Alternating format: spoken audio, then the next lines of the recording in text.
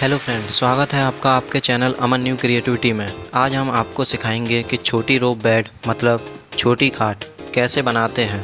It's very simple for all, आप सभी इसे बना सकते हो। लास्ट वीडियो में हमने पेंसिल की लीड पर कार्विंग की थी। लीड पर हमने अमन लिखा था। वीडियो का लिंक डिस्क्रिप्शन में है, लेकिन वीडियो में हमने आपको इस तरह का कीरिंग बनाना नहीं बताया। अगर आप चाहते हो तो कमेंट करो किस नाम का कीरिंग बनवा के देखना चाहते हो।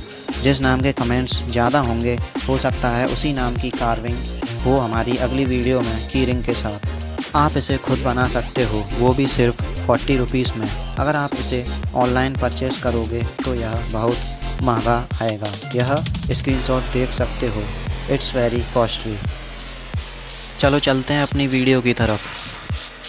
You can also send us your questions on social medias like Facebook page, WhatsApp or Instagram. Social media's links are given below in the description box to send. Thank you.